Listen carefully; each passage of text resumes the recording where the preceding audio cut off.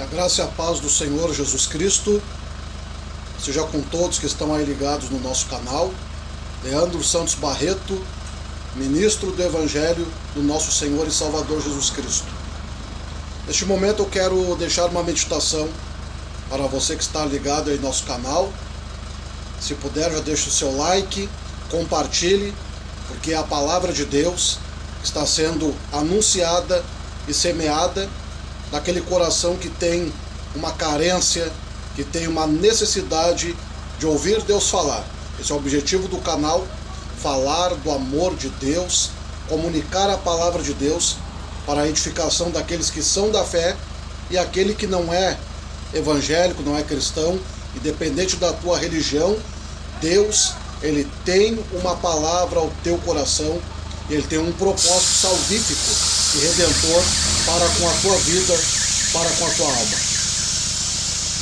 Eu quero ler aqui em Atos capítulo 28, do versículo 1 ao 6, para uma breve meditação e reflexão para você que está indo para o serviço, ou quem sabe está na sua casa, quem sabe desempregado, no momento crítico, mas Deus tem uma palavra ao teu coração. Atos 28, do 1 ao 6, diz assim: E, havendo escapado, então souberam que a ilha se chamava Melita, na maioria das traduções Malta. E os bárbaros usaram conosco de não pouca humanidade, porque, acendendo uma grande fogueira, nos recolheram a todos por causa da chuva que caía e por causa do frio. E, havendo Paulo ajuntado uma quantidade de vides, em algumas traduções é gravetos, e pondo-as no fogo, uma víbora, fugindo do calor, lhe acometeu a mão, ou atacou, mordeu a mão dele. E os bárbaros, vendo-lhe a bicha pendurada na mão, diziam uns aos outros: certamente este homem é homicida, visto como, escapando do mar, a justiça não o deixa viver. Mas, sacudindo ele a bicha no fogo, não padeceu nenhum mal. E eles esperavam que viesse a inchar ou a cair morto de repente. Mas, tendo esperado já muito, e vendo que nenhum incômodo lhe sobrevinha, mudando de parecer, diziam que era um Deus. Muito bem. Um cidadão que era um médico, cujo nome era Lucas, que escreve 2 compêndios na Bíblia. Um é o Evangelho, que tem o seu nome inserido, que é o Evangelho de Jesus Cristo, mas ele foi o escritor. E também o livro de Atos dos Apóstolos, que alguns também chamam de Atos do Espírito Santo. No momento que a igreja estava na sua proliferação, Deus já tinha começado a espalhar as suas brasas espirituais pelo mundo afora, partindo de Jerusalém. Quando analisamos lá no começo do livro de Atos, no capítulo 1, no versículo 8, Jesus vai dizer: e ser-me-eis testemunhas, tanto em Jerusalém, como em toda a Judéia, e em Samaria, e até os confins da terra. Houve uma grande perseguição em Jerusalém, após o poder apoteótico do Pentecostes, ou o poder bombástico advindo do Pentecostes. Eles começam então a pregar o Evangelho, os crentes são cheios do Espírito Santo, 120 pessoas dão início a esta marcha evangelizadora e missionária, e chegou um momento que um homem, que ele era um ferrenho perseguidor da igreja, que era chamado tanto de Paulo quanto de Saulo, algumas pessoas de uma forma equivocada dizem que o nome dele foi mudado. O nome desse homem não recebeu uma mutação, não recebeu uma metamorfose. Ele era tanto chamado de Paulo, conforme a sua identidade romana, era chamado de Saulo, conforme a sua identidade benjamita, a sua identidade hebreia. E a Bíblia diz que esse homem, sendo um fariseu, um religioso, hostil à cruz de Cristo e à pessoa de Cristo, ele lança a perseguição contra os crentes, ele maltrata os crentes, ele é até conivente na morte dos mesmos. O primeiro mártir da igreja, que foi Estevão, que foi um diácono cheio do Espírito Santo, a Bíblia vai dizer que pegam a roupa de Estevão e lançam aos pés deste homem. Isso no capítulo 7. Mas quando chega no capítulo 9 do livro de Atos, há um encontro inusitado. A Bíblia diz que ele estava respirando ameaças contra os crentes, estava rumo a Jerusalém para fazer um pouco mais de atrocidade, um pouco mais de maldade contra a igreja do Senhor, quando Cristo transfigura o esplendor da sua glória diante dele e coloca ele por terra, coloca ele a nocaute. Alguns pregadores, ensinadores dizem que ele estava sobre um cavalo, porém a Bíblia não está afirmando isso. Nós podemos então dizer, você que prega a palavra de Deus, se você falar isso no púlpito, diga assim, possivelmente. Use o termo possivelmente, isso não é desonra para ninguém. Possivelmente ele estivesse sobre um cavalo devido à distância de Damasco até Jerusalém. Em suma, ele tomba por terra e ele levanta agora cego, porque a glória de Cristo ela é tão bombástica que ela tem este fulgor com este efeito, colocando este homem por terra, e ele é erguido e levado à chamada rua direita, e ele está agora orando. Agora o coração dele recebeu um impacto, porque ele ouviu uma voz que disse, Saulo, Saulo. E ele pergunta, Senhor, quem és tu? Quando o homem tem encontro com Cristo, ele tem que dobrar a sua língua. Ele tinha Cristo como um nada. Ele tinha Cristo como um zero à esquerda. Agora ele dobra a língua, ele dobra o coração, ele dobra a sua alma e reconhece o domínio, a soberania. Cristo, então, como a sua essência de cabeça. Ele diz, Senhor, quem és tu? Ele diz, eu sou o Cristo a quem tu persegues. Tu não toca apenas num povo que você tem como um povo desequilibrado e que não tem o que fazer. É em mim que você está tocando. E duro é para ti recalcitrar contra o meu aguilhão. A palavra aguilhão significa uma lança pequena de aproximadamente 45 centímetros que os homens conduziam os bois no passado. E quando o boi queria lançar coices contra o boiadeiro, então ele espetava o boi para que o boi então murchasse, para que o boi então abaixasse a sua crista, numa figura de linguagem. E Paulo estava como um touro bravio, se levantando contra a igreja do Senhor de uma forma ferrenha e assustadora. E quando ele vem para dar mais um pouco de coice, entre aspas, contra a igreja, Cristo manifesta o seu aguilhão, que é a sua própria glória, e toma ele por terra. E a Bíblia diz que o Senhor fala com Ananias para que ele se levantasse e fosse à rua chamada direita, porque lá tinha uma obra missionária, porque lá tinha algo especial para acontecer, e Deus narra o que ele iria fazer. Deus diz, vai lá à rua chamada direita, você vai entrar numa casa e vai orar por um homem chamado de Paulo, ou também de Saulo. E a Bíblia diz que ele replica ao Senhor.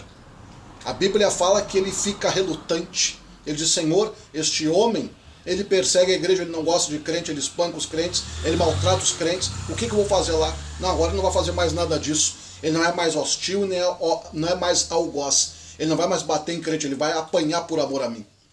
Ele não vai mais prender ninguém, ele será preso por amor a mim. Ele é para mim vaso escolhido e eu vou mostrar o quanto ele vai padecer por amor do meu nome.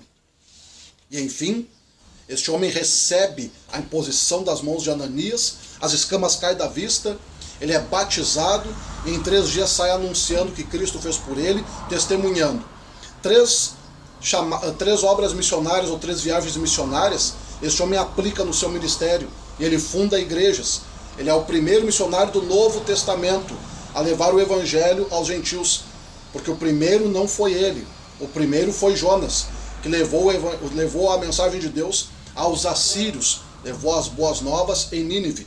Agora no Novo Testamento, Paulo, ele vai exercer esta obra missionária, levando o evangelho e proliferando de uma forma ampla até os gentios. E chegou o momento que Paulo estava preso, ele foi preso em Jerusalém, ele estava na casa de um profeta chamado Filipe, que era um evangelista, e tinha 4 filhas donzelas, todas as 4 profetizavam.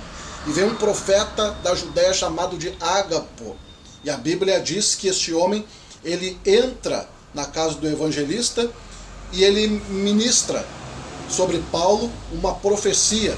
Ele pega a cinta de Paulo, é Ágabo, melhor dito. Ele toma a cinta de Paulo e assim ele vai anunciar: o homem que é o dono dessa cinta, se subir para Jerusalém, ele será aprisionado. Então, Paulo toma a frente, ele toma a palavra e diz: esta cinta pertence a mim, e isso para mim é café pequeno, porque eu estou disposto a morrer por amor ao meu Senhor. Em suma, ele sobe para Jerusalém, ele é aprisionado, ele é questionado, ele passa por audiência e ele está agora indo rumo até a cidade de Roma. Ele está no navio Adramitino, que era um navio que exportava trigo de Alexandria, um navio que tinha com Paulo 276 tripulantes. E agora esse navio está em alto mar, quase se quebra, eles quase se perdem, e chega um momento que eles param numa ilha chamada de Malta. Era inverno, estava chovendo, estava muito frio, e os bárbaros, Lucas vai dizer, trataram conosco de não pouca humanidade, no grego filantropia. Eles foram filantrópicos para conosco, porque eles acenderam uma grande fogueira. E por que a Bíblia usa o termo bárbaro? Porque como Lucas que está narrando, para quem não era grego e não era judeu, na linguagem do grego era chamado de bárbaro. E os bárbaros então acendem uma grande fogueira e começam a acolher a todos. E Paulo estava contribuindo com a sua parte. Ele pega um pouco de gravetos e quando ele lança sobre o fogo, uma víbora fugindo lhe acomete a mão, pica a mão dele. E há quem diga que eram cobras extremamente venenosas. E os homens agora estão atônitos olhando, e Paulo está numa guerra com aquela cobra. Ele sacode ela sobre o fogo, e a Bíblia vai nos afirmar que ela solta a mão de Paulo, e os homens olham para a face dele, e estava radiante, estava brilhando, estava perfulgente. E quando ele muda de parecer, os homens diziam que ele era um deus, pensaram que ele era uma divindade, ou era um anjo, era um ser extraterrestre, era um ser transcendental, e na verdade não era. Paulo não morreu porque o Espírito Santo estava sobre a sua vida. Paulo não morreu porque havia uma promessa a se cumprir. Paulo não morreu porque estava então a cobertura de Deus sobre ele e que aqueles homens deveriam ouvir o Evangelho, e um anjo, a Bíblia diz, desce no navio enquanto ele estava em alto mar, e o anjo diz para Paulo assim, lá no porão: Paulo, não temas, porque Deus entregou a todos os que estão no navio nas tuas mãos. Havia uma promessa sobre ele. Ele tinha uma incumbência de pregar o Evangelho. Ele tinha uma incumbência de pescar almas. Ele tinha uma incumbência de povoar o céu, a começar com aqueles homens ali, que eram agora 275, junto com ele 276. Então, analisando o texto bíblico e entendermos o que Deus tem para nossas vidas, para a sua vida, você que está me assistindo, é o seguinte: Paulo acendeu gravetos para manter a chama acesa. E é uma pergunta dos céus para a tua vida. Tu já acendeu o teu graveto hoje? Você já acendeu o seu graveto nesta semana? Você já acendeu o seu graveto neste ano? Nós estamos no momento de pandemia, no momento crítico, mas Deus é imutável. As coisas podem mudar. A nossa rotina, quem sabe, pode mudar. Tantas coisas mudaram no mundo de 2019, no seu final, no final de 2020 para 2021. E eu digo no final porque alguns mentiram. Eles deliberaram uma fake news dizendo que a pandemia começou no Brasil em março de 2020. E isso é uma mentira, isso é um engodo. Desde novembro, dezembro de 2019 já estava o vírus proliferando e os homens omitiram por causa do carnaval. Para que o carnaval não fosse impedido em 2020, então os homens mentiram. E até uma emissora de televisão comunicaram num programa, o apresentador, que eu não vou dizer o nome dele aqui, até gaguejando, ele ia dizer a data, daqui a pouco ele tentou se escapar e ele quase gagueja, até que enfim ele consegue transmitir a sua mentira, descaradamente. Ele disse: a pandemia começou em março de 2020. Isso foi uma mentira. Contudo, a nossa rotina mudou de 2019, no seu final, para 2021. Mas Deus, ele não muda. Deus está no controle de todas as coisas. Nenhuma pandemia é maior do que o nosso Deus. Nenhum frio, nenhuma chuva pode aplacar a nossa fé. O apóstolo Paulo estava sofrendo frio, estava sendo atacado pela chuva, e nós também somos atacados pelo frio da heresia, pela chuva de heresia, pela chuva de fake news, por tantos problemas, por doenças, pandemias, por tristezas, por depressão. Quem sabe você está me assistindo aí, pensando até em se matar, mas Deus coloca por terra esse mal. Acenda o teu graveto, acenda a tua chama da fé, dobra o teu joelho onde você está, fale com Deus, clama a misericórdia de Deus, peço socorro para Deus. O salmista disse, no Salmo 121, eleva os meus olhos para os montes. De onde me virá o socorro? O meu socorro vem do Senhor, que fez os céus e também fez a terra. O nosso socorro vem do Senhor. E você que é salvo em Cristo Jesus, que é cristão, que crê em Cristo, que prega a cruz de Cristo, que prega que Cristo ressuscitou, morreu, foi sepultado, ressuscitou, ascendeu aos céus e está na destra do Pai neste momento, e que um dia irá voltar com poder e grande glória para tirar a sua igreja deste ambiente de tribulação, de perseguição. Você que crê nesta palavra, o salmista ainda vai dizer no Salmo 125, aquele que confia no Senhor, ou aqueles que confiam no Senhor, são como um monte de Sião, que não se abala, mas permanece para sempre. O apóstolo Paulo estava crendo e confiando no Senhor e permaneceu contra a serpente. Eu tenho uma palavra profética de Deus para a tua vida. Não tem veneno do inferno que vai colocar você num caixão espiritual, ou quem sabe até num caixão literal. Não tem veneno, ou não tem cobra, não tem serpente, não tem ataque do Satanás que vai impedir o que Deus tem para a tua vida. Jesus diz, eis que vos dou poder para pisar em serpentes e escorpiões e beber qualquer bebida mortífera, e nada, absolutamente nada vos fará dano. Nesta manhã, neste dia, que você está assistindo esse áudio, quem sabe nessa noite ou nessa tarde, independente do Cronos, independente do horário, do relógio dos seres humanos, independente, Deus, ele requer de você uma chama acesa. Deus requer de você, quem sabe você parou na fé. E o profeta Jeremias diz, Senhor, a tua palavra me arde nos ossos. O salmista disse que a palavra de Deus, ela acende a nossa fé, ela acende a nossa mente, ela é como brasa, ela é como um fogo.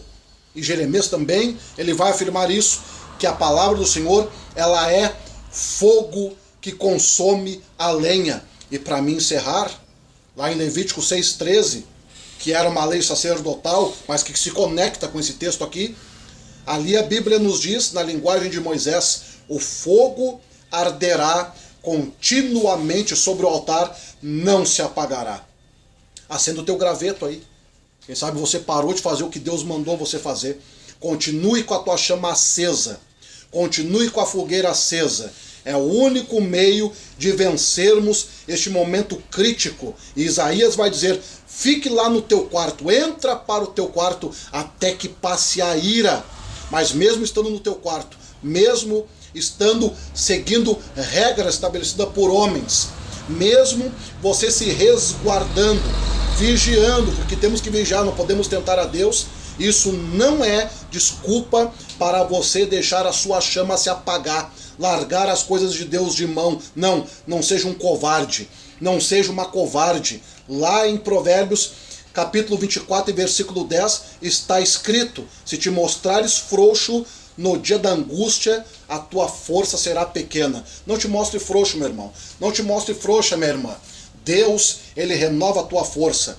Deus, ele restaura as tuas feridas. Deus abençoa a tua vida e ele aquece a tua alma por meio do graveto, que é a obra dele por meio da cruz de Cristo. Que Deus te abençoe e eu quero orar por você e encerrar aí esta live. Que o nome do Senhor seja glorificado através da tua história. Você que está aí me assistindo, coloque a mão sobre o teu coração e ore comigo. Mesmo que você não saiba orar, apenas feche teus olhos porque eu vou orar por você. Soberano Deus, eterno Pai, abençoa, Senhor, estas pessoas que estão assistindo, Senhor. Esta live que estão assistindo, Senhor. Participando aqui do nosso canal, ouvindo, Senhor, a tua palavra. Ó Deus, abençoe a cada vida neste momento de pandemia.